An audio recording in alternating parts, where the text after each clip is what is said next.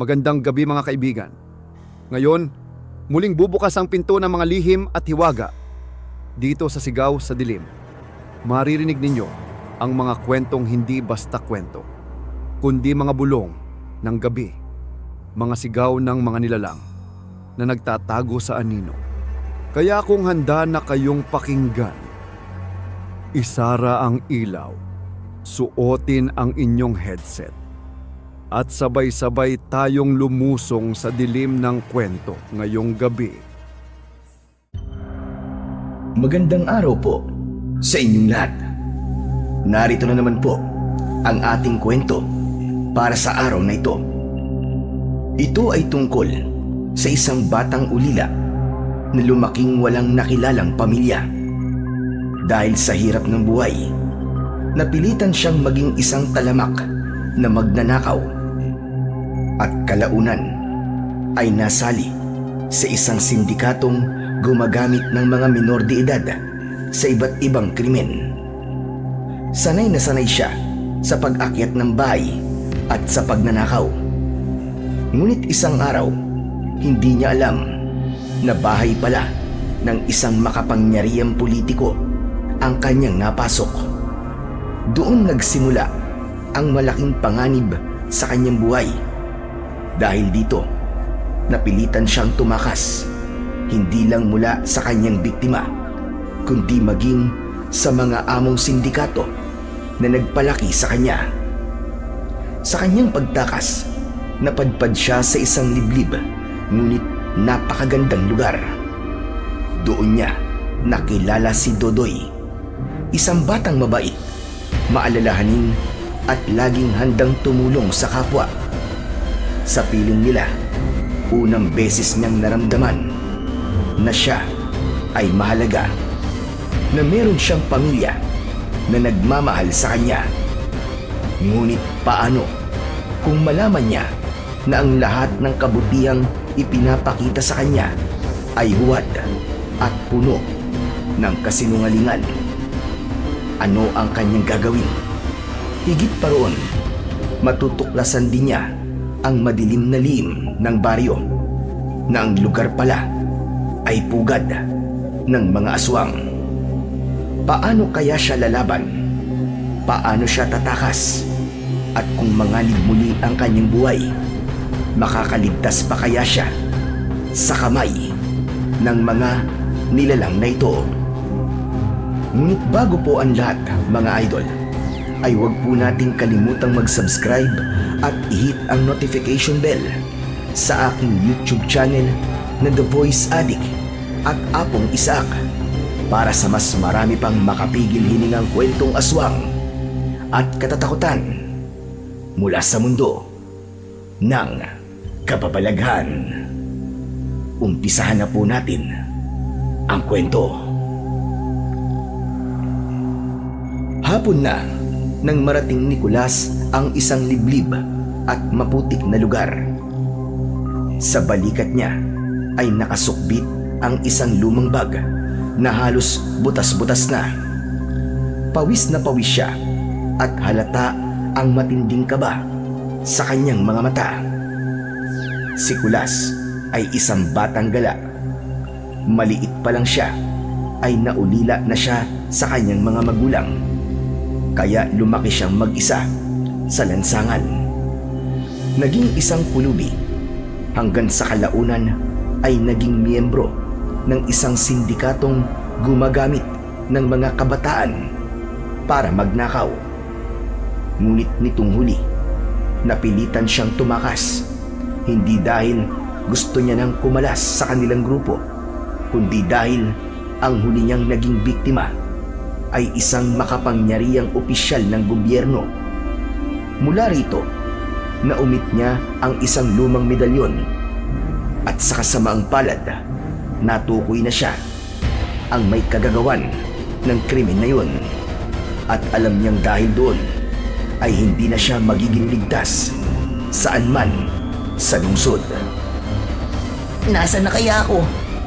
Masyado na yatang malayo ang nararating ko Napakamalas ko naman talaga. Bakit kasi yung bahay pa yun ang pinasok ko? Sandali niyang pinagmasdan ang kanyang paligid. Tahimik na tahimik ang kapaligiran. Parang walang buhay. Maliban sa mga matataas na puno at mga damo sa gilid ng daan. Basa at malambot ang lupa. Halatang hindi masyado nadadaanan ng mga tao. Wala rin siyang nakikitang mga bahay maliban sa makipot at mahabang daanan. Diyos ko po, bahala na nga kung saan ako mapadpad. Basta, hindi na ako babalik doon. Ayoko pang mamatay, no? Masyado pa kaya akong bata. Napakagatlabi si Kulas at humigpit ang hawak sa kanyang daladalang bag. Diretso ko na to. Baka ito lang ang tanging ligtas na lugar para sa akin. Habang naglalakad ang batang si Kulas, hindi niya inaasahan na may biglang lilitaw sa kanyang daraanan. Isang matandang lalaki na sumulpot mula sa gilid ng daan. Maputla ang balat nito. Halos nakikita na ang mga ugat sa kanyang braso. Payat at medyo kuba ang likod. Bitbit ng matanda ang ilang piraso ng kahoy na tila ba panggatong, at sa kanyang bewang ay nakasukbit ang isang gulok. Huminto ito sa tapat ni Kulas at sandaling tinignan siya mula ulo hanggang paa.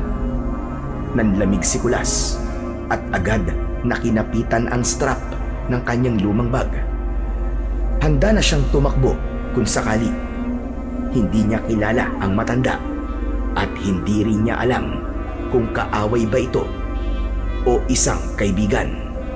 At mas lalo siyang natakot nang makitang biglang napahawak ang matanda sa itak na dala-dala nito. Ngunit makalipas ang ilang sandali, unti-unting nagbago ang ekspresyon ng muka ng matanda. Ang nakakatakot nitong mga tingin ay napalitan ng pagtataka. Bata, saan ka ba pupunta? Abay, hindi ka taga rito, no? Ngayon lang kita nakita. Medyo nagulat si Kulas. Gusto sana niyang magsinungaling, pero kusa na rin lumabas ang katotohanan.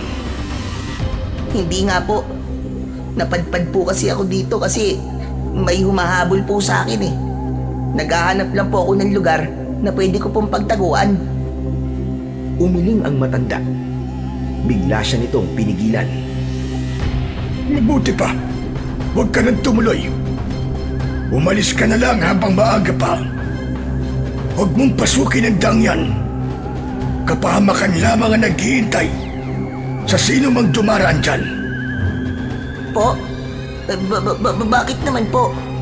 Ano po bang meron sa daang yan? May mga aswang. Kapag pinilit mo, siguradong mapapahamak ka.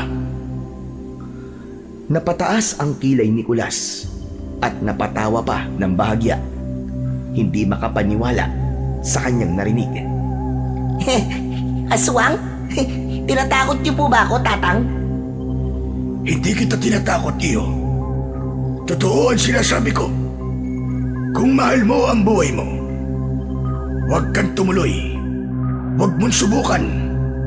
Masisira ang buhay mo. Ngunit imbis na maniwala, mas lalo pang natawa si Kulas. Masisira ang buhay ko? Kayo talaga, Tatang, oh. Ang tanda-tanda nyo na. Naniniwala pa kayo sa mga aswang. Siguro, malakas ang amats nyo, no? Aswang daw. Baliw. Pagkarinig ni Mang Hilario sa kanyang sinabi, biglang nanlisik ang mga mata nito. Bigla ding lumakas ang ihip ng hangin sa buong paligid. Hindi na ito nagsalita, pero matalim ang pagkakatitig nito kay Kulas. Napalunok ng laway ang bata at sandaling nakaramdam ng kaba. Ramdam niya ang bigat ng presensya sa matanda. Ngunit pinilit pa rin niyang panindigan ang pagiging palaban. Hindi. hindi po ako natatakot. Mas maganda nga yun eh. Tsak na hindi ako mahahanap sa lugar na to. Saka, wala na ako mapupunta ang ibang lugar eh. Nilingon ng bata ang daan. Pero muli niyang tinignan ang kausap. Wala na ang matandang lalaki. Iniwan na siyang mag-isa sa gitna ng maputik na daan. Hala, nasaan na yun? Kanina lang nandito pa yun ah. Bakit biglang nawala? Hinanap niya ang matanda sa saan mang sulok. Ngunit hindi niya na ito nakita. Naglaho ito na parang bula. Dahan-dahang umatras ang batang si Kulas. Malakas ang kabog ng kanyang dibdib. Lumingin siya sa kaliwa at kanan. Umaasang muling makikita ang matanda na biglang sumulpot. Ngunit wala na talaga. Upang mabawasan ang kabang nararamdaman, pinilit niyang isipin na baka nagtatago lang ito at sinasadya na takutin siya. Nagpatuloy na siya sa kanyang paglalakad. At habang naglalakad, nakarinig siya ng mahinang kaluskos mula sa gilid ng daan. Para bang may humahabol sa kanya. Kinabahan siya, kaya't binilisan niya ang kanyang pagakbang. Subalit ang kaluskos ay tila nakikisabay sa kanya. Mas lumakas ito at para bang palapit na ng palapit. Napahinto si Kulas at nilingon ang kanyang likuran. Ngunit wala siyang nakita. Pero nang tumingin siya sa kanyang unahan, may nakita siyang biglang nagtago sa likod ng isang malaking puno. Napalunok siya at biglang nanindig ang kanyang mga balahibo. Ikaw ba yan, Tatang? Lumabas na kayo! Huwag niyo akong takutin! Inisip niya na pinagtitripan talaga siya ng matandang lalaki. Dahan-dahan siyang lumapit sa kinaroroonan ng puno. Paglapit niya, biglang sumilip mula sa likod ng puno ang isang batang lalaki. Halos kasing edad niya. Payat ito at nakasuot ng maganda at maayos na damit. Kapansin-pansin ang masiyahin nitong muka. Hindi ako Tatang. Bata pa ako. Sino ka? Hindi ka taga rito, no? Ngayon lang kasi kita nakita dito eh. Oo, ngayon lang ako nakapunta dito. Tsaka malayo ang pinanggalingan ko. Bata, anong pangalan mo? Dodoy, ikaw, anong pangalan mo? Ako naman si Kulas. Kulas, maganda ang pangalan mo ah. Pero bakit napadpad ka dito? Anong ginagawa mo dito? Oo, wala. Naglalakad-lakad lang. Alam mo kasi, isa akong palaboy eh. Wala akong bahay. Wala akong tinutuluyan. Kaya kung saan ako abuti ng antok, doon ako. Palaboy nga, di ba? Ganun pala. Kung gusto mo, sumama ka sa akin eh. Tara, ipapakilala kita sa mga tao dito. Baka matulungan ka nila. Napatingin si Kulas kay Dodoy. Tila nagulat sa alok nito. Hindi siya sanay na may ibang taong tutulong o magmamalasakit sa kanya. Ilang sandali siyang natahimik. Parang nag-aalinlangan kung dapat ba niyang tanggapin ang alok nito. Napayuko siya at napakamot sa batok. Halatang nahihiya at nag-iisip. Ngunit maya-maya pa, unti-unti na siyang napangiti. Talaga ba? Gusto mo akong isama, Todoy? Oo nga, halika, dadaling kita sa baryo namin. Sumunod ka sa akin, dali! Nauna nang maglakad si Dodoy, habang si Kulas naman ay nakasunod sa kanya. Makalipas ang ilang minutong paglalakad, natanaw na nila ang baryo. Isa itong liblib na pamayanan na tinatawag nilang Baryo Lunure. Wala namang nakikitang kakaiba si Kulas habang papasok sila sa baryo. Bukod sa tahimik at simple lang ang pamumuhay dito, Hindi tulad sa lugar na pinanggalingan niya. Isang lugar na magulo, maingay, at delikado. Habang naglalakad, napansin din ng bata na parang sinusundan siya ng tingin ng mga batang naroroon, mga matatanda at ilang kababaihan. Nakangiti ang mga ito at binabati siya sa kanyang pagdating. May ilan pang kumaway at ang ibang bata ay sinusundan sila. Tila tuwang-tuwa sa kanyang presensya. Grabe, ang weirdo naman. Bakit sila nakatingin sa akin lahat? Hayaan mo sila. Masaya lang sila na may dayo dito sa baryo namin. Ha? Masaya? Bakit naman sila magiging masaya? Hindi naman nila ako kilala. Ngayon lang nila ako nakita. Alam mo, ganyan talaga dito, Kulas. Masiyahin ng mga tao.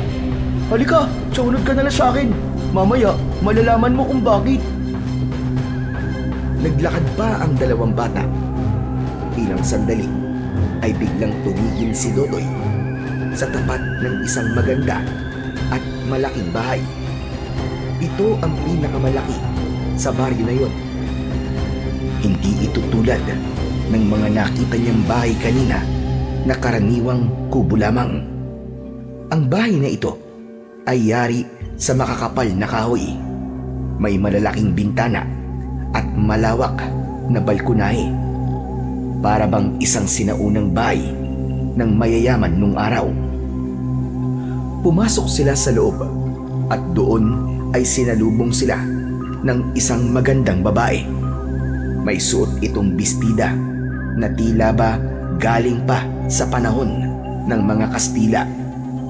Maputi ito, mapupungay ang mga mata at may mapulang mga labi. Napatitig si Kulas dito habang papalapit ang babae. Aba, may kasama ka pala, Dodoy. Oo, Mama. Nakita ko po siya doon sa daan. Nag-iisa lang po siya eh. Kaya dinala ko po siya rito. Ganun ba? At sino ka naman, iho? Ako po si Kulas. Napadpad lang po ako rito. Naligaw po ako eh. Naligaw? Sigurado ka bang naligaw ka lang? Alam mo bang mahirap matunto ng lugar namin? Bihira ang estranghero mapadpad dito. Lalo na sa ganitong oras. Napapagabi na. Kuwan po kasi eh. Natitigilan si Kulas. Naramdaman niya ang bigat ng tingin ng babae. Para bang sinusuri siya. At bawat galaw at salitang lumalabas sa bibig niya ay tila ba sinusukat nito. Ngumiti ito at tinignan muli siya mula ulo hanggang paa. Hindi niya alam kung bakit parang may kakaiba sa mga ngiti nito. May ilang tao ang pumasok sa sala. May mga matatanda at ilang kabataan at maging sila ay nagsimula siyang pagmasdan. Nakita niyang nagbulungan ang mga ito. Napakagat sa labi si Kulas at nag-iwas ng tingin. Bigla siyang kinabahan. Bigla siyang natakot. Sandali lang. Mukhang kinakabahan ka. Natatakot ka ba, iho? Hindi po. Tama. Huwag kang matakot, iho. Wala kang dapat ikatakot. Basta't matuto ka lang makisama sa amin. Napalunok si Kulas. Hindi pa rin mawala ang kaba sa kanyang dibdib. Pinilit niyang ngumiti at tumango na lang kay Katrina. Mabait siya, Mama. Baka pwedeng kupkupin na muna natin siya dito. Sabi niya kanina, wala daw siyang mapuntahan eh. Kawawa naman siya. Kawawa ka nga pala talaga, iho. Wala ka na bang pamilya? Ay, wala po. Mag-isa na lang po ako. Isang palaboy po sa kalsada. O siya, sige. Pwede kang manirahan dito. Talaga po? Patitirahin niyo po ako dito sa bahay niyo? Oo naman. Basta't marunong kang sumunod sa mga patakaran dito sa bahay at sa baryo, hindi kami nagtataboy ng taong nangangailangan. Napayuko si Kulas. Ramdam niya ang biglang ginhawa sa kanyang dibdib. Naku, maraming salamat po. Hindi ko po alam kung paano po ako makakabawi sa kabutihan ninyo. Walang anuman, iho.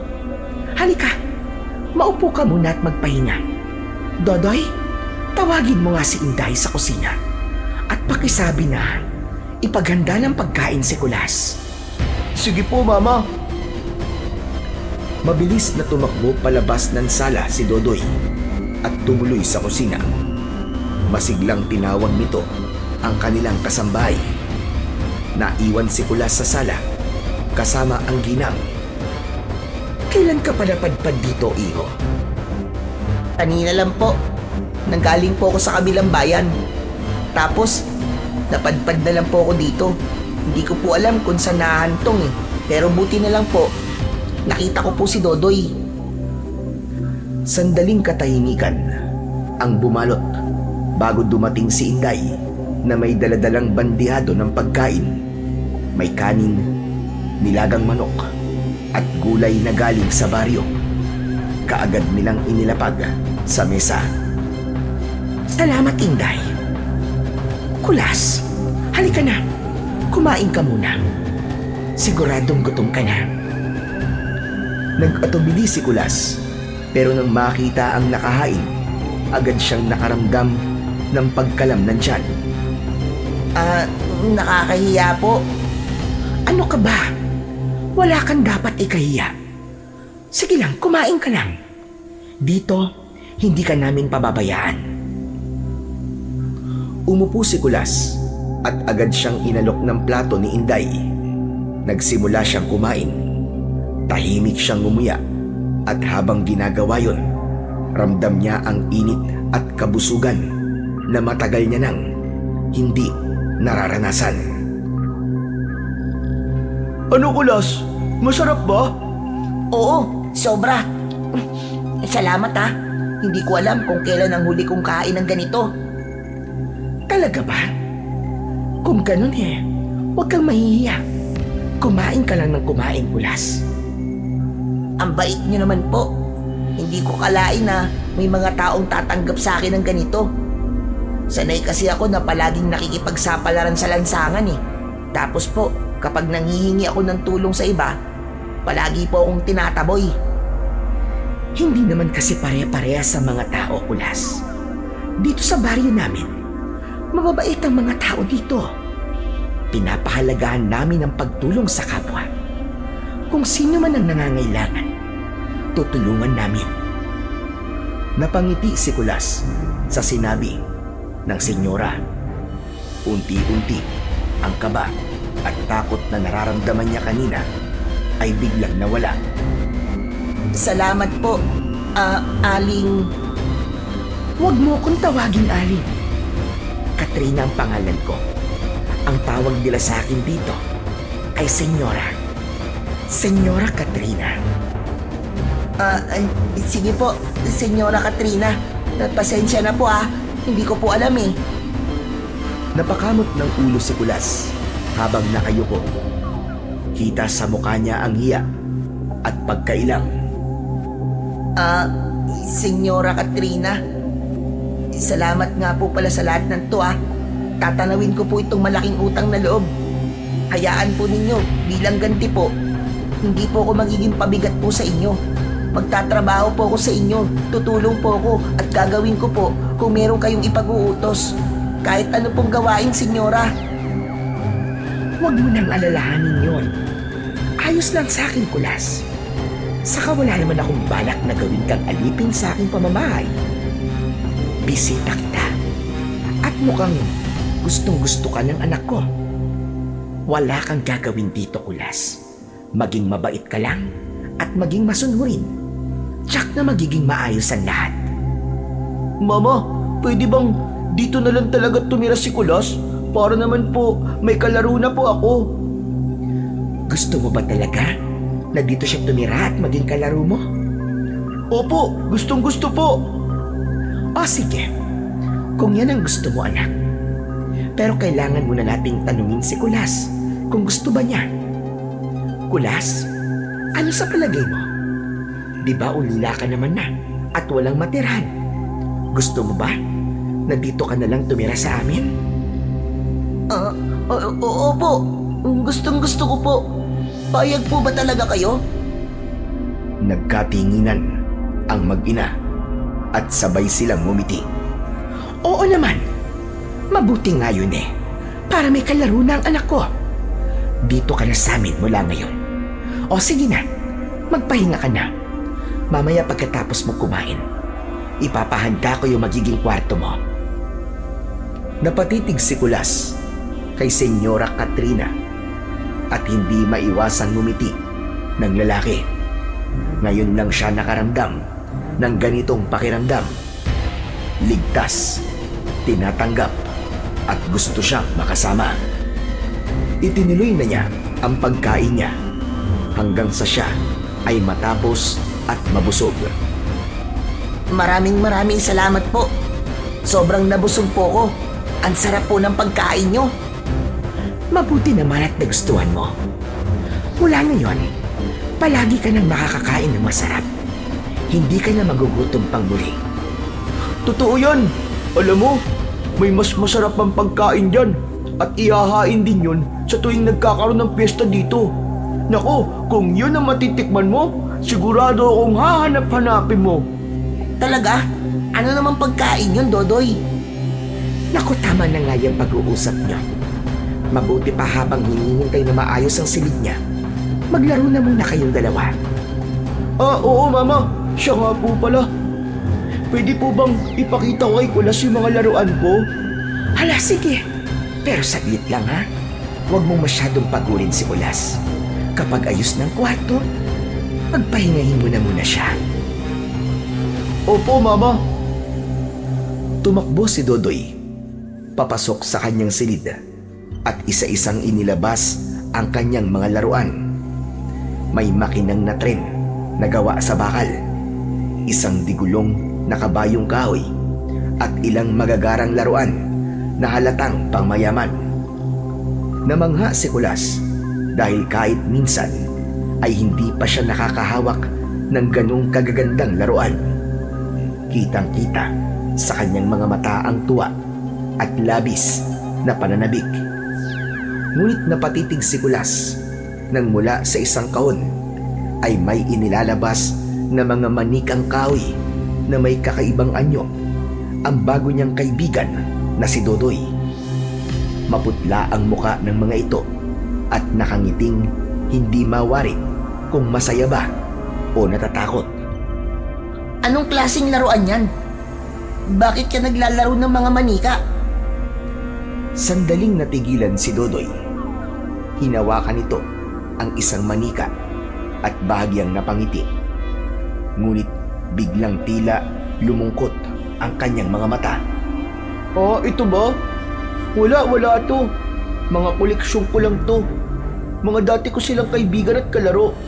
Pero nang nawala na sila, pinagawan ko ng ganito para palagi ko silang maaalala. Natigilan si Kulas at hindi agad nakasagot. Napansin niyang may nakaupo sa kamay ng bawat isa. Mga pangalan. Isa sa nabasa niya ay Ana. Hindi ka ba naglalaro ng manika? Ba't parang natatakot ka sa kanila? Ako? Takot? Hindi ah. Ba't naman ako matatakot sa manika? Wala namang buhay yan. Dati meron. Ano? Anong sabi mo? Sabi ko, dati meron. Buhay sila. Pero nung umalis na at iniwan na ako, nagpagawa na lang ako ng ganito. Ito lang ang paraan ko para hindi ko sila tuluyang makalimutan. Ganun ba? Akala ko naman kasi kung ano na eh. Kinabahan ang bata nang makita ang mga manikang yon.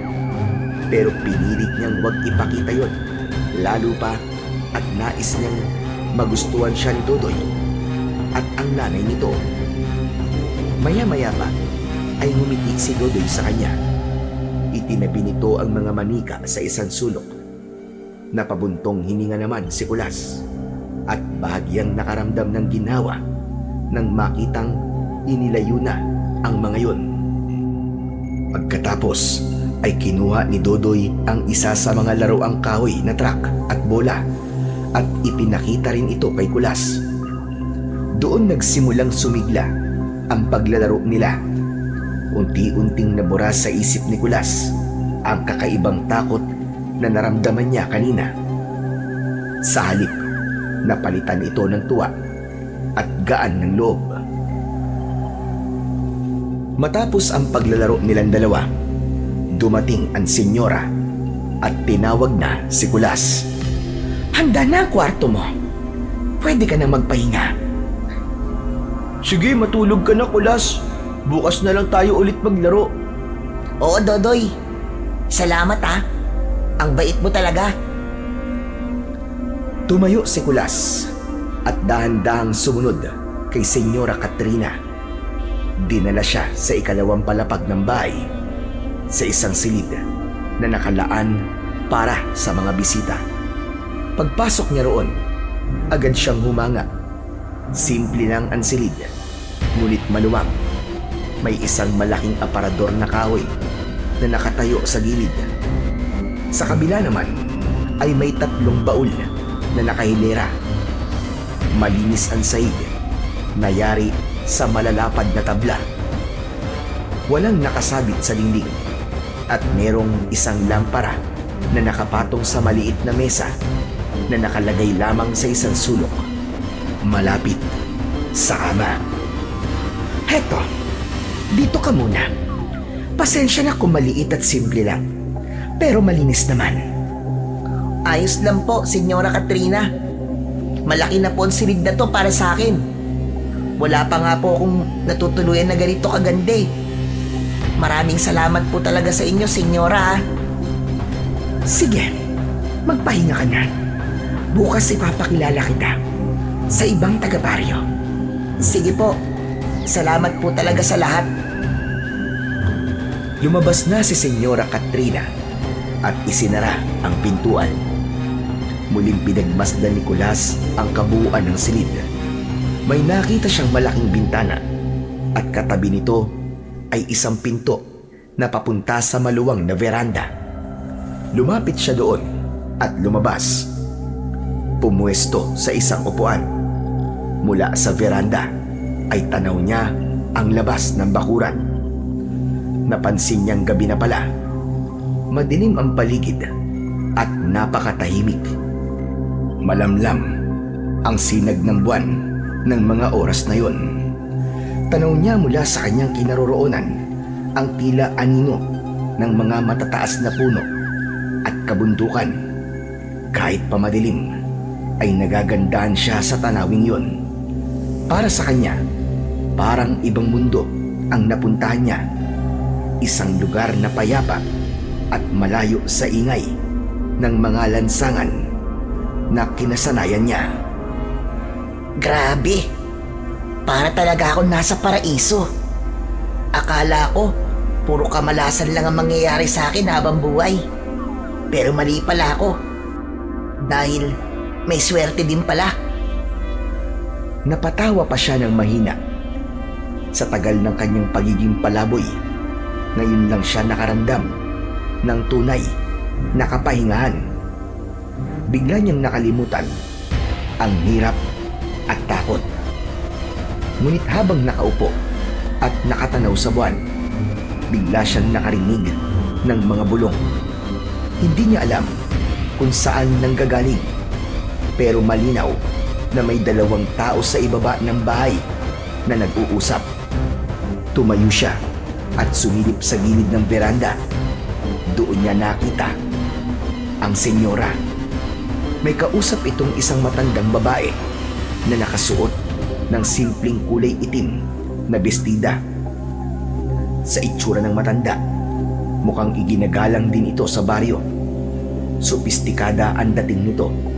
Walang pinagkaiba sa senyora. Ninais na makinig ni Kulas, ngunit nang marinig ang mga salitang kanilang binibigkas, naguluhan siya. Hindi yun pamilyar sa kanya. Para bang isang lumang wika o katutubong salita na hindi niya maunawaan.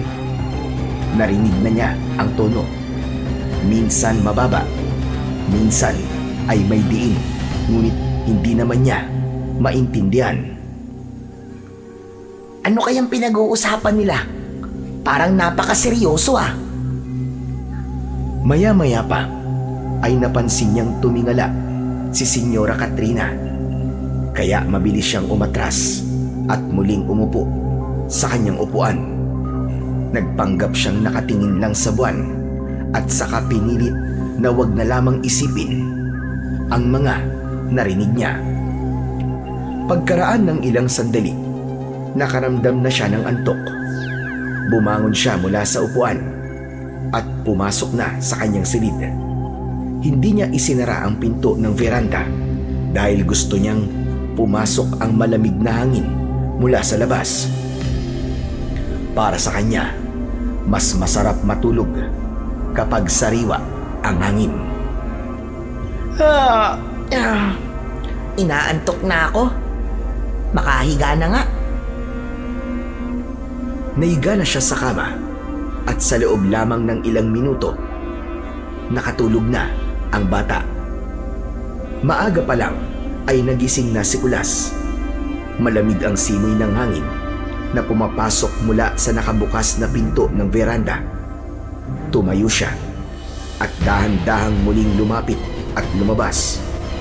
Mula roon ay tanaw na tanaw niya ang mga puno, ang bundok na bahagyang natatabingan ng hamog at mga ibong walang sawang lumilipad. Bahagyang napangiti ang bata. Grabe! Ito na yata ang pinakamagandang gising ko sa buong buhay ko. Habang nakatanaw, narinig niya sa ibaba ang isang pamilyar na boses. Tinignan niya ito at nakita niya ang bago niyang kaibigan na si Dodoy na nakatayo mismo sa tapat at nakatingala sa kanya. Uy! Mabutit gising ka na pala, Kulas! Halika na! Bumaba ka na dyan at sabayan mo kami ni Mama! Mag-aalmusal na tayo! Sige, sandali lang, Dodoy. Bababa na ako.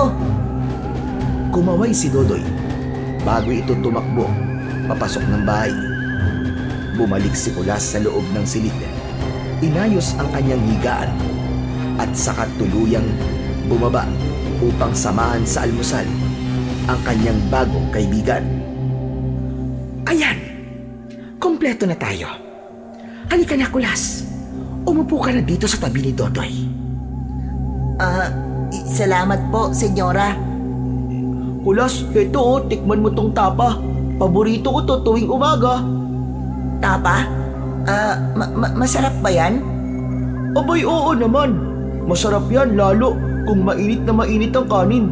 Halika na, huwag ka nang mahihiya. Kumain ka ng mabuti. Umupo si Kulas at nagsimulang sumandok ng kanin. Sinubukan niyang lagyan ng kaunting tapa ang kanyang plato at tinikman ang putahing yon. Masarap nga. Tama ka, Dodoy. O diba? Sabi ko sa iyo eh. Kaya nga maski araw-araw kong ulam to, hindi ako nagsasawa eh. Kaya pala, ang sarap-sarap pala talaga. Mabuti naman at nagustuhan mo. Sige, kumain ka pa. Sana tumaba ka kagad. Po? Kailangan mong tumaba. Kasi hindi pwedeng ganyan ka. Payat at parang buto-buto. Mas mabuti na damihan mong pagkain ng masusustansyang pagkain para lumakas ka. Tama si Mama. Kaya ako palagi din ako kumakain ng madami. Kasi kami dito, naniniwala kami na ang kalasugan ay kayamanan. Dahil kahit gaano karami ang pera mo, kung mahina ka naman at sakitin, wala rin silbi. Hindi mo magagawa ang mga gusto mo. Tama. Kaya simula ngayon, sisiguraduhin namin na mapapakain ka ng tama para maging malusog ka at maging maayos ang iyong katawan. Naku, salamat po kung ganon. Napakabuti niyo po talaga. Nagpatuloy na ang kainan.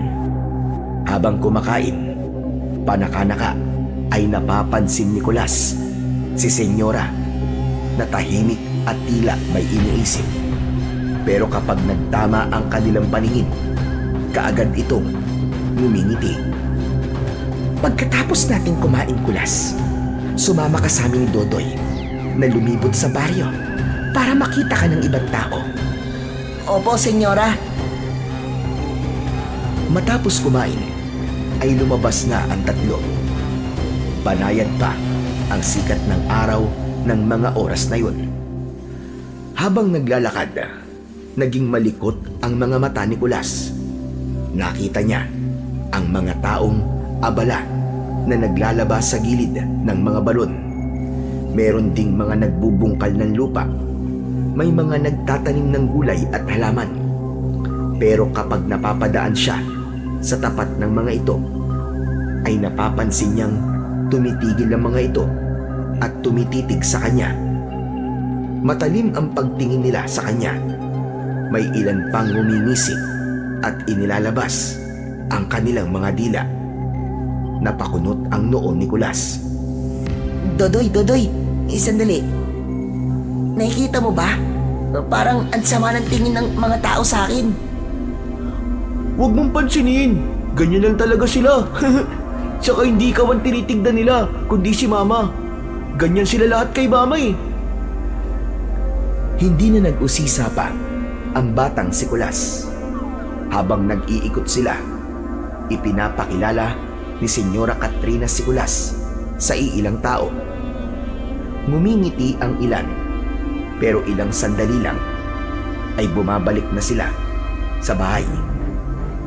Napansin ng bata na ilag ang mga tao kay Senyora Katrina. Ilang sandali pa, biglang may sumalubong sa kanilang isang grupo ng mga tao. Agad nilang sinabi na may problema sa baryo. May namatayan ng alagang hayop. Ano ka mo? Paano nangyari yun? May magnanakaw na ba dito sa baryo?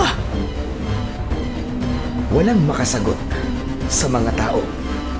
Hindi sila makasagot dahil hindi talaga nila alam kung ano ang nangyari. Hindi sila pwedeng magbigay ng anumang impormasyon hanggat hindi nila naiimbestigahan ang totoong nangyari. Lintik na yan. Kung ganon, ay may nananabutahin na dito sa baryo.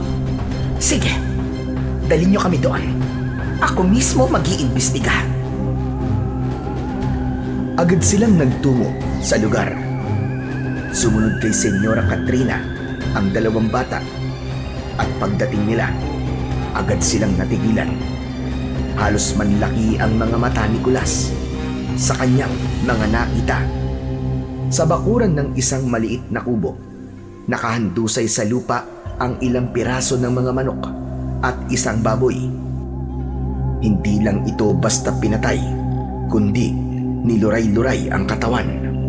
Ang mga manok na halos durog ang ulo at nagkalat ang mga balahibo. Ang baboy naman ay nakatagilid at ang tiyan ay hiniwa at wala ng lamang loob. Nagkalat ang dugo sa lupa. Bumuo ng tila mapulang guhit na dumadaloy hanggang sa gilid ng bakuran. Nasa tabi ng mga ito ang may-ari ng mga hayop. Isang matandang lalaki na nakaluhod at walang tigil sa pag-iyak. Sige na. Ako na ho ang bahala dito, Manggustin.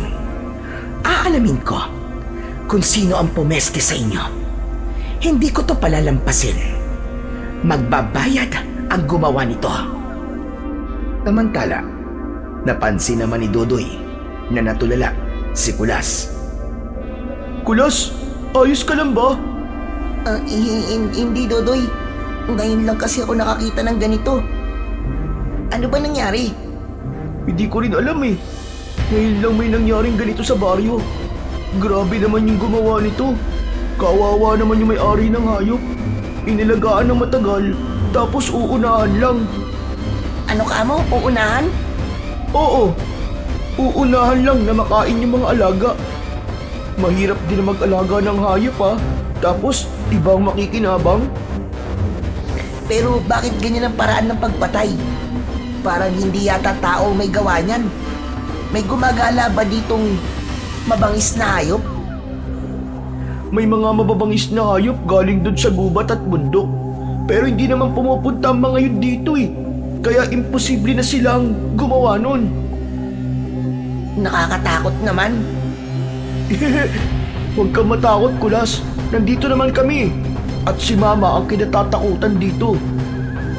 Nirerespeto siya dahil siya ang pinuno dito eh. Siya ang pinakamakapangyarihan. Itong nangyayaring to, mareresolba niya to panigurado. Magaling ang mama ko, maniwala ka. Alam niya kung paano harapin ang mga ganitong bagay. Pero ano kaya ang gagawin niya? Paano niya malalaman kung sinong gumawa nito? Yun ang di ko alam. Pero sigurado ko na mag-iimbestiga siya sa buong baryo at sa buong paligid. Humanda talaga ang lapastangan na yun. Hindi niya alam kung sino ang kinakalaban niya. Muling napatingin si Kulas sa mga patay na manok at baboy at bigla niyang naalala ang matandang lalaki na nakasalubong niya sa daan na nagsabing may aswang sa baryo. Hindi kaya aswang ang may gawa nito? Aswang? Walang aswang dito, Kulas. Imposible na pasukin kami ng mga aswang. Takot lang nila, no? Teka, bakit mo nga pala nasabi yan? Naniniwala ka ba sa mga aswang? Hindi. Bigla ko lang kasi naalala yung matandang lalaki na nakasalubong ko kahapon sa daan. Bago tayo magkita, binalaan niya ako na wag na akong tumuloy. Ano ka mo? Matandang lalaki? Sino ba yun? Pwede mo bang ilarawan kung ano ang itsura niya? Matanda na siya tapos maputla ang balat niya saka payat ang katawan. At yung mga mata niya, grabe kung tumitig. Talaga? Ano sabi sa'yo? Ba't ayaw ka niyang tumuloy dito? Ang sabi niya kasi, may aswang daw dito. Delikado daw, kaya yun, pinipigilan niya ako. Ganun ba?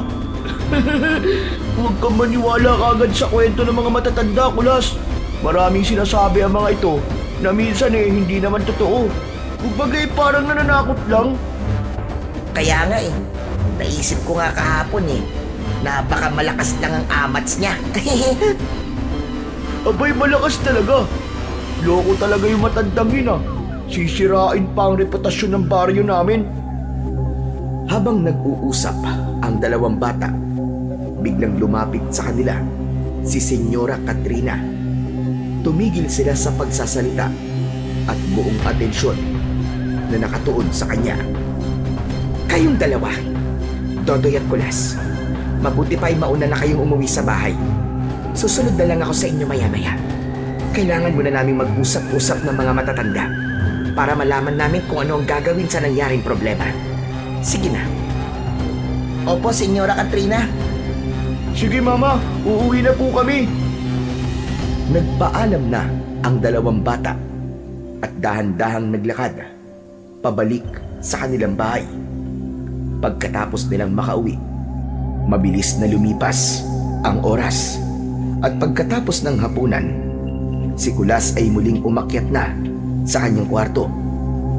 Sinimulan niyang ayusin ang higaan at pagkatapos ay kinuha ang kanyang dalang bag. Doon niya muling nakita ang bagay na naging dahilan kung bakit niya iniwan ang lungsod. Hinawakan niya ito at pinagmasdang mabuti. Namangha siya sa mga nakaukit sa mismong medalyon. Sa gitna nito ay may mga simbolo, parang mga alon ng apoy. Bakit kaya dahil dito parang handang pumatay ang politiko na yun? Ano kayang meron sa medalyon na to? Dahil kaya gawa to sa purong ginto? Kaya mahalaga? Wala siyang nakuwang sagot sa kanyang sariling mga tanong. Kaya naman, hinayaan na niya ang kwintas sa kanyang leeg. Kinuha niya ang ilang pirasong damit at inilagay sa aparador. Matapos niyang ayusin ang silid, nagpunta siya sa veranda para muling lumanghap ng sariwang hangin. Nakita niya mas maliwanag na ang buwan ng gabing yun at marami na rin mga bituin. Ang ganda talaga dito. Ngayon ko lang nakita na masarap palang panoorin ng mga bagay na hindi ko pinapansin dati. Huminga siya ng malalim. Dinama ang malamig na hangin na dumadampi sa kanyang balak. Samantala, naging tahimik naman ang ilang sandali. Ngunit makalipas lamang ang ilang saglit, muli siyang nakarinig ng nag-uusap. Parang may nag-aaway. Pinakinggan niya ng maigi ang mga boses hanggang sa nakilala niya ang tinig ni Dodoy at ni Senyora Katrina. Pinakinggan niya pa ito ng maigi at napagtanto niyang mukhang nagtatalo nga ang mag-ina. Parang pinapagalitan ng senyora ang kaibigan niya. Inisip na lang niyang baka naman may nagawang mali si Dodoy, kaya dinidisiplina. Hindi ko naman kasi kasalanan yun eh. Siya ang dapat na magbayad, hindi ako. Siya ang dapat mong pagalitan. At siya ang dapat na sinasaktan mo, aray. Tama na po. Ano ba? Ayoko na sabi. Tama na po. Habang naririnig niya ang mga boses, dahan-dahan siyang nakaramdam ng antok. Kaya naman, bumalik na siya ng kama at natulog. Hinayaan na lamang niya ang mag-ina at hindi na siya nakialam sa mga ito. Maya-maya ay narinig niyang tila humahagulgul na si Dodoy, pero hindi pa rin gumawa ng kilos si Kulas. Hinayaan lang niya. Hindi siya nakialam sa away ng mag-ina. Ilang sandali pa ay tuluyan na siyang nakatulog. Samantala, ilang oras ang nagdaan nang bigla siyang nagising. May malalakas na yabag mula sa labas ng silid. Napatingin siya sa veranda at nakitang bukas pa rin ito. Muli niyang ipinikit ang kanyang mga mata at sa pagkakataong yun, biglang may tumapik sa balikat niya. Dahan-dahang binuksan niya ang kanyang mga mata at sa harap niya, nakita niyang nakatayo ang matandang lalaki na nagbabala sa kanya sa gubat tungkol sa baryo. Dahil sa gulat ay muntik na siyang mapasigaw, ngunit kagad na tinakpan ng matanda ang kanyang bibig upang pigilan siyang makasigaw. Nanlalamig sa takot ang kanyang pakiramdam. Huwag ka matakot, bata. Hindi mo ako kaaway. Wala akong balak na saktan ka. Nakatakip pa rin ang kamay ng matanda sa kanyang bibig. Makinig ka sa akin, bata. Ipangako mo munang hindi ka sisigaw para pakakawalan kita. Sunod-sunod na tumango ang bata. Tila nakikiusap na rin siya na alisin ang takip ng bibig dahil hindi na siya naging komportable. Nahihirapan na rin siyang huminga. Ilang beses na rin niyang sinubukan lumaban pero sadyang malakas ang matanda. Hindi siya makaporma. Kaya naman, mas kilabag sa loob niya na sumang-ayon ay wala na siyang nagawa. Nang makumbinsi niya si Mang Hilario na hindi siya gagawa ng anumang ingay, ay saka lang siya nito binitiwan. Umayos ang kanyang paghinga. Makalipas lamang ang ilang segundo. Pasensya ka na, iyo. Kailangan ko lang talagang gawin yun para hindi tayo mapahamak. Nanginginig pa rin ang katawan ng bata. Sinabi ko na sa'yo, wala kang dapat na ikatakot sa akin. Kakampi ako, maniwala ka. Bakit po ba kayo nandito? Ano pong kailangan niyo sa akin? Huwag kang maingay. Kapag narinig nila tayo, katapusan na natin. Sandali. Ano bang ibig yun sabihin? Sinabi ko na sa'yo, ang mga nakatira dito, hindi tao. Sinungaling! Kung ano-anong iniimbento niyong salita. Hindi naman totoo mga aswang eh. Tsaka mababait silang tao. Huwag mo silang siraan. Hindi ko sila sinisiraan. Maniwala ka sa akin, bata. Nagpunta ako dito para tulungan ka. Para itakas ka. Halika, sumama ka na sa akin para hindi ka mapahamak sa mga darating na araw. Hindi po. Ayoko po sumama. Napatingin ang matanda sa kanya. Naging kapansin-pansin ang biglang paglungkot ng kanyang mga mata. Pero hindi siya tumigil. Mas lalo pa siyang nagkaroon ng matinding determinasyon. Lumapit pa siya ng gusto sa bata at muli niya itong sinubukang kumbinsihin. Makinig ka sa aking mabuti, bata. Maraming bata na tulad mo ang napadpad dito. Lahat sila, sinubukan ko ring iligtas pero tulad mo, hindi rin sila nakinig sa akin. Alam mo kung ano nangyari sa kanila? Ano po? Inialay at pinakain sa pinakamalakas na aswang dito. Kaya halika na, sumama ka na sa akin. Mapapahamak ka lamang dito. Hindi po ako sasama sa inyo. Maski ano po sabihin nyo. Hindi po ako sasama sa isang taong hindi ko kilala. Pero bakit? Bakit sa kanila? Naniniwala ka? Hindi mo rin naman sila kilala ng lubusan, hindi ba? Opo, hindi ko nga sila kilala. Pero kasi, inilagaan nila ako dito eh. Pinaparamdam nila sa akin na parang may pamilya ako. Na sa buong buhay ko, hindi ko po naranasan. Ngayon lang po ako nagkaroon ng mga taong nagmamahal sa akin. Napabuntong hininga ang matanda sa sinabi niyang yun. Saglit na tumingin siya sa bata at bahagyang tinitigan siya ng malalim. Naiintindihan ko ang nararamdaman mo, iyo. Naiintindihan ko na natutuwa ka sa pag-aalaga nila sa'yo.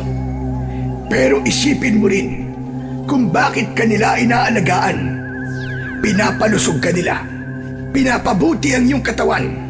Pinapakain ng mga masusustansyang pagkain. Kasi nga, meron silang balak na gawin sa iyong masama. Dahil kapag lumusog ka, magiging malaking pakinabang ka na sa kanila. Sinungaling po kayo. Hindi ako naniniwala sa mga sinasabi nyo. Baliw ka. Umalis ka na dito. Baliw. Ayaw mo maniwala? O sige, ayos lang. Ikaw ang bahala. Aatras na sana ang matanda at tahimik na aalis, pero bigla itong napatingin sa suot na medalyon ni Kulas. Sandali lang. Yang medalyon na suot mo, saan mo yan nakuha? Hindi pangkaraniwan ang medalyong yan. Hindi yan basta-basta. Po, ano na naman po bang sinasabi nyo? Ang suot mong yan ay hindi basta alahas lamang. May kakayahan itong gisingin ang natatagong kapangyarihan ng anumang sagradong bagay. Kahit ano, mabuti man o galing sa masama, maaari nitong palakasin at ilabas ang lakas na nakatago. Talaga po ba? Oo, ang sino mang may gintong medalyon ay may kakayahang protekta ng sarili sa iba. Basta alam kung paano ito gamitin ng tama, mapapalakas nito ang kahit na anong klaseng sandata o maging ang iyong kakayahan. Pero teka, hindi mo pa sinasagot ang tanong ko. Bakit ka may ganyan? Saan mo yan nakuha? Ibinigay po sa akin to ng isang albularyo. Tama, isang albularyo po. Ipinamana niya po sa akin. Hindi niya sinabi ang totoo sa matanda. Pinili niyang magsinungaling ng konti para hindi na magtanong pa ng marami si Mang Hilario. Ganun ba? Teka, hindi ka ba talaga sasama sa akin? Hindi po. Ay nako, sige, kung ayaw mo talaga, hindi kita pipilitin. Pero bago ko umalis, gusto kong malaman mo na ilang beses ko na rin ginagawa to. Ilang beses ko nang sinubukang iligtas ang mga inosenteng bata na katulad mo. Napatitig si Kulas kay Mang Hilario. Sinusuri nito ang katotohanan sa kanyang mga mata. Totoo ang sinabi ko, bata. Nagsimula ito nang mapadpad sa baryong ito ang nag-iisa kong apo. Nangyari yon matapos na maglayas siya dahil sa galit niya sa kanyang mga magulang na walang tigil sa pag-aaway. Subalit huli na nang malaman kong dito siya napadpad at hindi ko siya nailigtas. Talaga po? Oo, totoo ang lahat ng mga narinig mo. Kaya nga mula noon, nangako ko sa sarili ko na gagawin ko ang lahat para hindi na maulit ang nangyari kay Jun at sa ibang bata. Minsan, naisip ko ring gantihan sila. Pero napakalakas ng puwersa ng mga nilalang na nakatira dito. Hindi ko sila kayang labanan na mag-isa. Nanahimik si Kulas. Sa sandaling yon, tila unti-unti siyang nakukumbinsi ng matanda. May ilang bahagi sa kanyang isipan na nagsasabing baka nga totoo ang sinasabi nito at kailangan niyang makinig. Ngunit nang maalala niya ang kalunos-lunos na pangyayari sa mga alagang hayop, muli siyang nagduda. Naisip niyang imposible namang mag-iimbestiga ng maayos ang mga tao sa baryo kung alam naman nila sa sarili nilang aswang sila at posible na isa sa kanila talaga ang may gawa ng bagay na yon. Para sa kanya, hindi magiging malaking problema ang pangyayari kung talagang mga aswang ang nakatira sa baryo. Sige bata, aalis na ako. Pero bago ko gawin yon, pwede ko bang dasalan ng iyong medalyon? Ha? Bakit po? Wala lang. Gusto ko lang dagdagan ang kapangyarihan natin. Dadagdagan niyo po?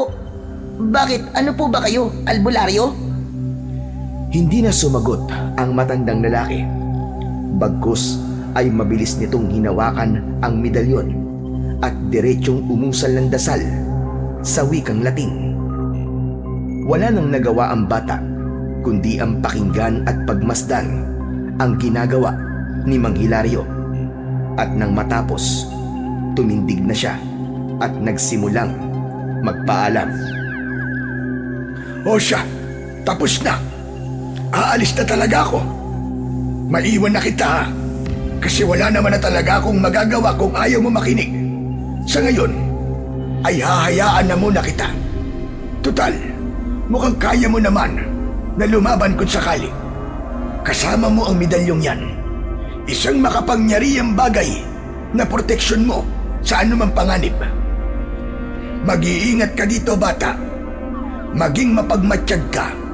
At kung may makita kang kakaiba, tumakas ka na kagad. Huwag mo nang hintayin na malaman nila na may alam ka na. Matapos ang huling babala, dahan-dahang umalis na ang matandang lalaki.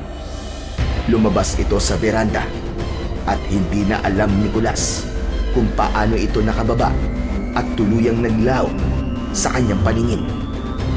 Muling nahiga si Kulas sa kanyang higaan. Pinilit niyang ipikit ang mga mata, subalit hindi mapalagay ang kanyang isip. Paulit-ulit na bumabalik sa kanyang pandinig ang mga salitang sinabi sa kanya ng matanda. Maya-maya pa ay biglang uminit ang kanyang medalyon. Inilabas niya itong muli mula sa ilalim ng kanyang kamiseta. Hinawakan niya ito ng mabuti at tinitigan. Hala, ano nangyayari sa medalyon? Bakit kaya umiinit to? Natigilan ang bata nang biglang kumislap at nagkaroon ito ng sariling gintong liwanag. Dahil sa gulat ay inalis niya ito sa kanyang leeg at ibinaba sa kama. Ilang minuto din siyang natulala at nakatitig lang sa medalyon. Ngunit nang mapansin niyang wala naman itong masamang dulot, muli niya itong pinulot at dahan-dahang muling isinuot. Doon siya nagsimulang makaramdam ng kakaibang lakas. Tumalas ang kanyang pandinig na kahit ang mga kaluskos ng daon ay malinaw niyang naririnig. Habang nagmumuni-muni, bigla siyang napatigil. May mga yabag siyang narinig mula sa labas. Dahan-dahan, maingat at tila patagong naglalakad. Tumayo siya at naglakad papunta sa may veranda at tinignan ang paligid. Doon niya napagtantong luminaw nga ang kanyang paningin.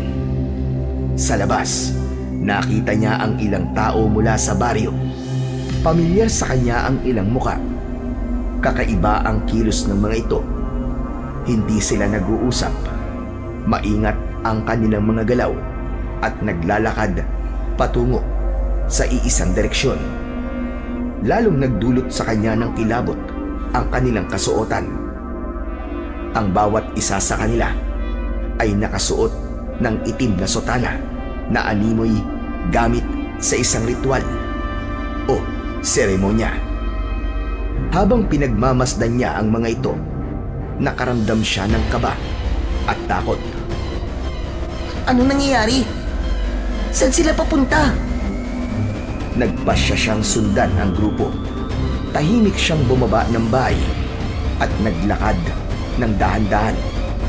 Nagtatago siya sa likod ng mga puno o sa matataas na damo habang sinusundan niya ang mga ito. Hanggang sa nakarating sila sa may paanan ng bundok. Habang palalim ng palalim ang gabi, mas lumalakas ang naririnig niyang tila sa bayang pagdarasal o pag-oorasyon. Ang mga boses ay parang nanggagaling sa ilalim ng lupa. Ramdam niya ang takot, pero nagpatuloy pa rin siya. Maya-maya pa ay nakarating sila sa isang malawak na clearing sa gitna ng gubat. Doon bumungad sa kanya ang isang malaking kuweba. Ang bungad ay napapalibutan ng mga sulo at naglalagablab na apoy. Diyos ko, ano kayang meron sa loob ng kuwebang ito? Hinakbang niya ang kanyang paa upang mas lalong makalapit. Pero biglang may humablot sa kanya. Mula sa dilim, isang malakas na kamay ang agad na tumakip sa kanyang bibig. Kaya hindi siya makasigaw. Ako to, bata! Ako to! Huwag kang maingay! Binitiwan ni Mang Hilario ang bibig ni Kulas. Ano? Ikaw na naman? Ako nga. Hinaan mo lang ang boses mo. Ano bang ginagawa mo rito? Gusto mo na bang mamatay? Hindi po. Gusto ko nang naman malaman kung anong meron po sa loob. Bakit po sila pumasok sa malaking kuweba na yan? Hindi pwede. Hindi ka pwedeng pumasok dyan. Ha? Eh bakit naman po? Kilala naman po nila ako. Hindi po nila ako sasaktan. Lalo na't alam nilang kay Senyora ako nakatira. Delikado sa loob niyan. Ang mga taong nakita mo na pumasok dyan, hindi sila basta tao. Tulad ng palagi kong sinasabi sa'yo, mga aswang sila at matagal ko na silang minamanmanan. Natahimik bigla si Kulas. Nakita niyang seryoso talaga ang matanda habang sinasabi ang mga katagang yun. Nagsasagawa sila ng ritual sa loob ng kuwebang yan. Diyan nila pinapalakas ang kanilang kapangyarihan. At higit pa ron, diyan sila kumakain ng laman ng tao o ng mga hayop. Ano po? Laman ng tao? Oo, bata, laman ng tao. Ang kuweba na yan, ang bugad ng kasamaan nila. Kung papasok ka, hindi ka na makakalabas ng buhay paligurado. Kaya't pakiusap, magtago ka na lang. Makalipas ang ilang sandali ng nakakabinging katahimikan, nagsimula ng lumabas ang mga pumasok sa kuweba. Nanatiling nakakubli si Kulas at si Mang Hilario. Nakaluhod sa makapal na damuhan. Napasinghap si Kulas nang makita ang mga ito. Hindi na tao ang lumalabas sa kuweba, kundi mga nilalang na may nakakatakot na anyo. Ang kanilang mga kuko ay matutulis at mahaba. Ganon din ang kanilang mga pangil at dila. Kakaiba ang kanilang lakad. Medyo nakuba ang kanilang mga likod. Maitim at mabalahibo ang kanilang katawan. At ang kanilang mga mata, kasing pula ng dugo. Diyos ko, totoo nga ang sinabi nyo. Yan ang sinasabi ko sa'yo. Siguro naman ngayong nakita mo na, makikinig ka na sa akin. Hindi na nakasagot pa si Kulas sa matanda. Biglang lumitaw mula sa loob ng kuweba ang isang babaeng puno ng otoridad. Lahat ng mga aswang na naroroon ay nagbigay ng galang sa kanya. Diyos ko po, si Senyora Katrina. Hindi makapaniwala si Kulas na nakikihalubilo ang babae sa mga ganitong klase ng nilalang. Ngunit ang mas ikinagulat niya ay nang biglang nagbago ang anyo nito. Siya mismo, ang babaeng kumupkup sa kanya, nagpakain at nag-aruga ng halos ilang araw, ay pinuno pala ng mga aswang. Ang kanyang anyo ang pinaka nakakatakot sa lahat. Ang pinunong ito ay may katawang mahaba at payat na halos kasing taas ng puno ng nyog. Ang kanyang balat ay kulay abo at kulubot. Ang kanyang mga kuko ay singhaba ng mga itak na kumikislap kapag natatamaan ng liwanag ng buwan. Ang ulo niya ay hugis tao pa rin, ngunit may mahaba siyang sungay at mula sa kanyang bibig lumalabas ang dila na parabang sa ahas. Ang kanyang mga mata, ang pinaka nakakatakot sa lahat. Malalaki ito at napakapula. Ang kanyang tinik ay basag at mababa, parang nanggagaling sa hukay. At sa kanyang bawat pagakbang, naririnig ang lagutok ng kanyang mga buto. Tumayo ito sa gitna nila. Mga kasama, nalalapit na ang oras. Malapit na magpakita ang bilog na buwan. Lahat ng naroroon ay biglang nagdiwang. Sumigaw sa galak. Subalit hindi si Kulas. Mas lalo pa siyang pinanghinaan nang makita niyang nasa tabi ng mabangis na halimaw si Dodoy. Sa wakas, Mama! Malapit na naman ang oras ng kasayahan! Tama ka, anak. Pero bago yon, may pagsasaluhan muna tayo ngayong gabi. Ano po yun, Mama? Ang traitor. Mula sa loob ng kuweba ay inilabas ang isang baboy ramo na may hindi pangkaraniwang laki. Ang hayop ay nakatali ang 4 na paa. 4 na malalaking aswang ang bumuhat dito, palapit sa senyora. Inihiga nila sa lupa ang hayop. Maya-maya pa, lumapit ang isa pang aswang na may dalang palakol. Sige, ihanda na ang hapunan. Walang pag-aalinlangan na hinawakan ng aswang ang palakol at buong lakas na pinalakol ang ulo ng baboy ramo. Sa isang iglap, tumigil ito sa pag-ungol at pagsigaw. Agad na kumalat ang kulay itim nitong dugo sa lupa. Si Dodoy ay halos mapatalon sa tuwa. Nanlilisik ang mga mata. Ang galing! Ang saya-saya talaga ng ganito, Mama! Ang bango talaga ng sariwan dugo! Biglang lumapit ang senyora.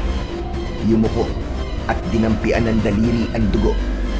Pagkatapos ay inilapit sa kanyang ilong at inamoy. Tama ka, anak. Napakabango talaga ng dugo. Inilapit niya ang daliri sa kanyang labi at dahan-dahang ninamnam ang dugo. Pumikit siya saglit. Tila ba, sarap na sarap. Tulad ng dati, masarap. Matamis ang dugo ng traitor na aswang. Ano, Mama? Traidor? Aswang? Ibig sabihin ay hindi lang pala to karaniwang baboy ramo, kundi kauri natin. Bakit niyo po siya pinatay? Dahil hindi niya marunong sumunod sa batas. Siya ang tumali sa mga manok at baboy ni Magusting. Wala siyang disiplina at pinapahamak niya tayong lahat. Ala, siya pala yun? Grabe, timawa pala tong aswang na to eh. Tama lang sa kanya ang parusa na yan. Oo, timawa talaga. At ngayong gabi, ginawa ko siyang halimbawa. Tandaan niyo ito. Walang aswang ang pwedeng mameste sa hindi niya pag-aari. Ang ginawa niya ay katraituran. Kaya kamatayan ng kapalit. O ano? Kayong lahat? Narinig niyo ang sabi ng mama ko. Ganito ang kaparusahan sa magtatraitor. Naghiyawan ng ibang aswang bilang pagsang-ayon sa kanilang pinuno habang patuloy na dumadadoy sa lupa ang maitim na dugo ng kanilang dating kasamaan. Sige na! Kainin na ang karne ng traitor. Ito na ang magiging hapunan natin ngayong gabi. Nagpunahan ang mga aswang sa paglapit habang si Dodoy ay nanatiling nakatayo sa tabi ng kanyang ina, nakangisi at tuwang-tuwa sa kanyang nakikita. Samantala ay napalunok si Kulas. Halos hindi niya kinakaya ang kanyang nakikita habang nilalantakan ng mga aswang ang baboy ramo. Ilang sandali pa, ang senyora ay muling bumalik sa tao nitong anyo at inakbayan ang kanyang anak. Malapit na ang bilog na buwan, Mama. Malapit na naman tayong makatikim ng pinakamasarap na karne. Tama ka, anak. Kaya lang, ay payag pa naman siya. Pagbutihan mo ang pag-uutos sa batang yon. Kailangan ay kumain siya palagi ng madami para siya ay lumusog. Kung hindi siya tataba, aba, baka hindi umabot yon sa ating bituka. Pero sa akin, Mama, okay lang po. Kahit hindi siya tumaba. Kahit payat siya, masarap pa rin yun. Maski konting laman lang, basta makatikim lang ulit ako ng laman ng tao. Oo, anak. Makakatikim ka na ulit. Huwag kang mag-alala. Yes! Mabuti naman po! Hindi ko na kayang pigilan ang sarili ko eh. Ang sarap isipin ng dugon dumadaloy mula sa leeg niya. Biglang nag-iba ang tindig ng bata. Napayuko ito ng konti habang hawak ang tiyan na tila ba gutom na gutom. Naglalaway ang kanyang bibig. Ang kanyang balat ay nagsimulang pumutla at ang kanyang mga mata ay hindi kulay pula kundi purong itim. Ang kanyang mga kuko ay humaba tulad ng iba. Ngunit bago pa tuluyang magbago ng tuluyan ang kanyang anyo, biglang sumigaw ang senyora. Tama na yan. Dodoy, wag ngayon. Hindi pa oras. Natigilan ang batang aswang. Ang matutulis niyang kuko ay bahagyang bumalik sa dati hanggang sa ang kanyang anyo ay bumalik na sa pagiging tao. Mama, parang di ko na kaya. Parang gusto ko ni. Nagugutom na ako. Lumapit ang senyora. Mariing hinawakan ang kanyang balikat. Konting tiis na lang, anak. Malapit na. Malapit na. Sandaling napangisi si Dodoy. Pinahid niya ang pawis sa kanyang muka at saka huminga ng malalim at sunod-sunod. Unti-unti, kumalma siya. Napatingin si Kulas sa kanyang kasamang matanda. Kita sa mukha niya ang labis na pangamba at gulat. Hindi niya akalaing ang batang itinuring niyang isang kaibigan ay isa palang halimaw. Ang lahat ng ipinapakita ng mga ito sa kanya ay huwad at pakitang tao lamang. Tumakas na po tayo dito. Hindi pa pwede ngayon. Kumalma ka muna at huwag magsalita.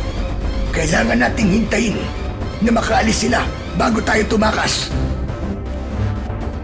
Biglang napayuko si Kulas nang makitang biglang lumingon sa direksyon nila ang isang aswang. Mabuti na lamang at biglang nagsalita ang senyora. Naagaw nito ang atensyon ng halimaw.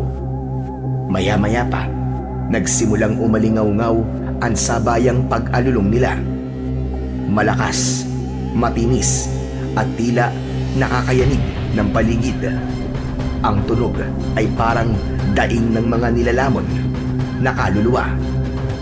Pagkatapos nito, nagsimulang isa-isa na silang nagsipag-alisan at umuwi sa kani-kanilang mga bahay. Ang maingay na paligid kanina ay biglang nilamon ng kakaibang katahimikan. Nang masiguro na wala na ang mga aswang, ay lumabas na sila sa kanilang pinagtataguan. Kulas, ano ng plano mo ngayon? Babalik ka pa ba doon? Hindi na po. Alam ko na po ang totoo.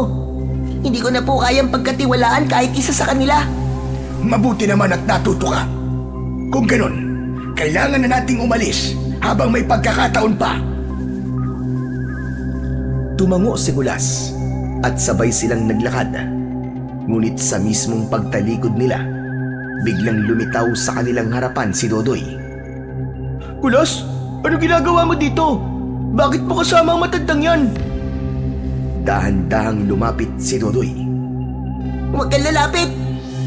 Lumayo ka. Bakit? Takot ka sa akin? Hindi naman kita sasaktan ah. Dodoy, parang awa mo na. Tigilan mo na kami. Hayaan mo na kami makatakas. Hindi pwede, Kulas eh. Hindi pwedeng mawala ka. Ikaw ang magiging espesyal naming handa sa kabilugan ng buwan. Diyan ka lang. Sinabi ko na sa'yo huwag kang lalapit ha. Wala kang makukuha sa akin. Ang tapang mo ah. Pero kita ko sa mga mata mo, nanginginig ka na sa takot. Oo, natatakot ako. Pero mas matindi ang pagkamuhi ko sa ginawa nyo. Mga halimaw kayo! Mga halimaw! Halimaw? Tama ka, Kulas. Pero alam mo bang masahol pa ako sa sinasabi mong halimaw? Ha? Anong ibig mo sabihin, Dodoy? Matagal na akong di nakakakain ng karne ng batang katulad mo, Kulas. Lahat ng batang naliligaw dito sa amin, nais ko lang malaman mo na ako ang pumatay sa kanila. Ako ang unang tumitikib sa kanilang dugo. At ako din ang kumakain ng kanilang puso. Hayop ka, Dodoy. Napakasama mo. Isa kang demonyo. Ikaw! Ikaw ang pumatay sa apo ko si John! Ah! Lolo ka pala ni June. Oo, ako nga. Ako ang pumatay sa kanila. At sa bawat batang napapatay ko, nagkakaroon ako ng tropeyo. Tropeyo? Oo! Ang mga manikang kahoy na nakita mo, yun ang mga tropeyo ko. Bawat manika, may pangalan ng batang pinatay ko. Hayop ka. Hindi ka tao. Tama ka! Hindi naman talaga ako tao eh. At ikaw, Kulas, hindi ka pwedeng umalis. Dahil ikaw ang magiging paborito kong tropeyo. Walang makakalabas dito ng buhay. Mabilis na nagbago ng kanyang anyo si Dodoy. Naging mabangis itong aswang at diretsyong sinugod nito si Kulas. Ngunit naging maagap si Mang Hilario. Agad niyang hinugot ang kanyang gulok at hinarap si Dodoy. Kulas! Tumakbo ka na! Ako nang bahala dito! Bilisan mo! Po, hindi pwede. Hindi ko po kayo iiwan dito, Tatang. Agad na naglaban si Mang Hilario at ang batang aswang. Malakas ang banggaan ng gulok at ang matatalim na kuko ni Dodoy. Ngunit makalipas ang ilang sandali, napansin ni Kulas na hirap ang matanda. Humihingal ito at bawat galaw ay tila mabigat at mabagal. Kinagat ni Kulas ang kanyang labi. Halatang desperadong makatulong. Ngunit wala siyang sandata, kaya hindi siya makakilos. Hanggang sa naalala niya ang palakol na nakita niya kanina sa loob ng kuweba. Ang palakol na ginamit pampatay sa kasamaan ng mga aswang. Oo nga pala, ang palakol! Kailangan ko makuha ang palakol! Dali-dali siyang tumakbo, papasok sa madilim na kuweba. Nanginginig ang kanyang katawan. Ngunit sa mismong sandaling yun, biglang nagliwanag ang kanyang medalyon. Inilabas niya ito sa loob ng kanyang kamiseta. At ang liwanag nito ay sapat na para makita niya ang kaloob-looban ng kuweba. At ang liwanag nito ang isang himalang nagbigay sa kanya ng kakaibang lakas. Nagpatuloy siya hanggang sa marating niya ang dulo at doon ay nakita niya ang isa pang tila maliit na altar. Doon nakapatong ang palakol. Napapalibutan ito ng mga natuyong patak ng itim na kandila. Kailangan kong tulungan si Mang Hilario! Kagad niyang pinulot ang palakol at saka mabilis na lumabas ng kuweba. Pagdating niya, nakita niyang halos nakaluhod na ang matanda sa harap ng batang aswang. Walang pag-aalinlangan na sinugod niya si Dodoy. Itinaas niya ang palakol at buong lakas na pinalo ito sa katawan ng kalaban. Bumagsak ito at nagsisisigaw sa sakit nang tamaan ang kanyang kanang braso. Agad na tumagas doon ang kanyang dugo. Sa pagkakataong yun, ay biglang may lumitaw na ibang aswang. Tila narinig nito ang malakas na panaghoy ng kapwa aswang. Kulas! Sa likod mo! Mabilis na lumingon ang bata. Agad niyang iwinasiwas ang palakol sa papalapit na aswang. Tumama ito sa dibdib ng halimaw. Umungol ito ng malakas at bago pa makaganti, bumagsak na itong walang buhay. Huminga ng malalim si Kulas. Mahigpit ang kapit niya sa palakol. Ramdam na ramdam niya ang malakas na tibok ng kanyang puso. Hindi dahil sa takot, kundi sa kakaibang tapang na nararamdaman niya buhat ng mahawakan ang palakol. Napatingin siya sa sandata at napansin na tila nahahawaan ito ng liwanag mula sa suot niyang medalyon. Kasabay nun ay naramdaman niyang mas lalong nadagdagan hindi lang ang kanyang tapang, kundi maging ang kanyang lakas. Napagtanto nilang tatlo, siya, ang medalyon at ang palakol ay tila nagkakaisa at nagsasalin puwersa. Napatingin siya kay Dodoy.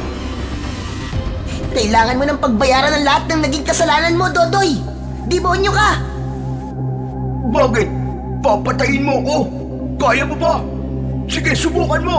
Tignan natin kung hanggang saan ang tapang mo! Las iyo! Huwag mo nang patagalin yan! Tapusin mo na siya! Itinaas ni Kulas ang mahiwagang palakol. Napatitig siya kay Dodoy na noon ay hirap na sa kanyang kalagayan. Ano pang hinihintay mo? Patayin mo na! Wala yang karapatang mabuhay! Isa yang halimaw! Sandali! Huwag, Kulas! Huwag mo akong patayin! Bata pa ako! Ayoko pa mamatay! Natigilan siya. Tila nanigas ang kanyang mga kamay hanggang sa unti-unting ibinaba niya ang palakol. Hindi ko kayang gawin, Mang Hilario! Hindi ko kayang pumatay ng isang tao na walang laban! Sa katulad ko, bata lang po siya. Baka may pag-asa pa siyang magbago. Pag-asa? Ano ba pinagsasasabi mo? Huwag kang maawa dyan! Hindi tao yan! Huwag kang papalinlang sa mga luha niyan at pagmamakaawa! Isipin mo na lang ang mga naging biktima niya, iyo! Hindi ba't nagmakaawa din ang mga yun sa kanya? Pero anong ginawa niya? Pinatay niya pa rin!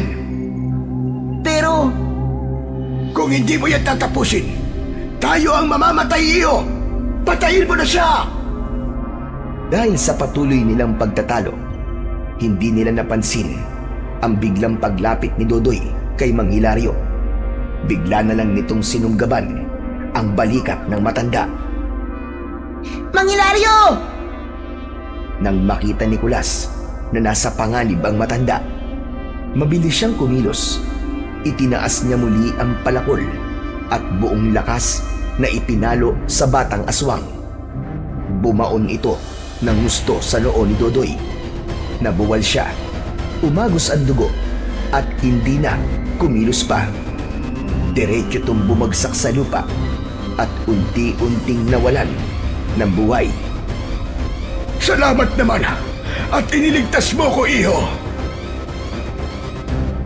Napakapit sa kanyang balikat ang matanda. Halatang iniinda nito ang kanyang sugat. Patawad po, Mang Hilario. Kung hindi po dahil sa akin, hindi po kayo masasaktan. Kung nakinig lang po sana ako sa inyo kagad, hindi po mangyayari to. Huwag mong akuin ang sisikulas. Walang may gusto sa nangyari. Ang mahalaga ngayon ay ligtas tayo. Ligtas pa tayo. Po, ano pong ligtas pa tayo? Ano pong ibig niyo sabihin? Ligtas pa tayo sa ngayon. Alam mo, mabuti pa yung umalis na kagad tayo dito. Kailangan makalayo na kagad tayo dito bago pa sila bumalik. Dahil kapag nalaman ng babaeng yun ang nangyari sa kanyang anak, siguradong papatayin niya tayong dalawa. Pagkasabi nun, ay agad silang naglakad papalayo. Hindi na sila lumingon pa sa kinaroroonan ng bangkay ni Dodoy. Saan po tayo pupunta, Mang Hilario? Basta sumunod ka lang sa akin. Kailangan natin dumaan muna doon bago tayo tuluyan lumayo. May mga kukunin lang ako. Tumango na lang si Kulas. Nagpatuloy pa sila sa paglalakad hanggang sa narating na nila ang lugar kung saan may nakatayong isang maliit na kubo. Ito ang bahay ko, Kulas. Halika, dali. Pumasok ka. Pumasok na silang dalawa. Agad na napansin ni Kulas ang mga bagay na nasa loob ng kubo. May mga nakasabit na ulo ng mga hayop, malalaki at tila mababagsik. Napatitig siya ng matagal sa mga ito. Ano po ang mga ulo na yan? Parang hindi po sila pangkaraniwang hayop lang. Tama ka. Hindi nga sila pagkaraniwang mga ulo lang. Dahil ulo yan ng mga aswang na napatay ko. Kapag may nakikita kong aswang na nahiwalay sa mga kasama niya, tinutugis ko yun at pinapatay. Tapos ay pinupugutan ko sila ng ulo. Kinukolekta ko at inuuwi ko dito sa bahay. Alam mo, kapag nakikita ko mga yan, parang pakiramdam ko, unti-unti kong naipaghiganti ang apo ko na pinatay nila. Natamimi si Kulas. Doon niya lang napagtanto kung gaano kabigat ang pasan ng matanda. Dahan-dahang napaupo si Mang Hilario sa maliit na upuan. Hawak niya pa rin ang kanyang balikat hanggang sa hindi niya na napigilan ang kanyang emosyon. Pumatak ang luha sa kanyang mga mata. Sa sandaling yun, naawa si Kulas sa matanda. Nilapitan niya ito at naupo sa tabi. Sa wakas, nakabawi na rin ako. Nabigyan na ng hustisya ang apo ko. Kaya lang, hanggang ngayon, hinahanap ko pa rin ang presensya niya. Nalulungkot pa rin ako kapag naaalala ko siya. Mang Hilario, alam niyo po bang wala na akong pamilya? Mag-isa na lang din po ako na nabubuhay dito sa mundo. Kung gusto niyo po, ako na lang po maging apo niyo. Napatitig ang matanda kay Kulas. Saglit siyang natigilan, pero maya-maya pa, sumilay ang ngiti sa kanyang labi. Aba, oo naman. Pwedeng-pwede, iyo. Simula ngayon, apo na kita. Halika nga, pwede ba kitang yakapin? Nagyakap silang dalawa. Doon naramdaman ni Kulas ang init ng yakap ng isang lolo na hindi niya naranasan kailanman. Salamat. Salamat, Kulas. Ngunit bago pa man sila magpatuloy sa pag-uusap, biglang umalingaw-ngaw sa buong kagubatan ang isang napakalakas na sigaw. Isang nakakakilabot na panagoy. malakas, mahaba, at halos nakakabingi. Yumanig din ng bagya ang paligid at ang mga hayop sa gubat tulad ng mga ibon ay nagsiliparan sa takot. Hala, Lolo, ano pong tunog yun? Ang senyora, malamang ay nalaman niya na ang nangyari sa kanyang anak. Sigurado kung ano man sandali, ay hahanapin na nila tayo. Tutugisin nila tayo na parang mga hayop. Ano pong gagawin natin, Lolo?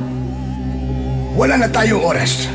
Kukunin ko lang ang ilang gamit ko at aalis na tayo dito. At dito nagtatapos ang ating kwento ngayong gabi. Kung nagustuhan ninyo ang karanasang ito, huwag kalimutan ang Sigaw sa Dilim, ang tahanan ng mga kwentong nag-iiwan ng takot at tanong sa inyong isipan. Mag-subscribe, i-like at i-share ang video na ito para mas marami pang marinig ang mga bulong ng dilim. Hanggang sa muli. Ingat kayo sa gabi, sapagkat hindi lahat ng ingay sa dilim ay guni-guni lamang.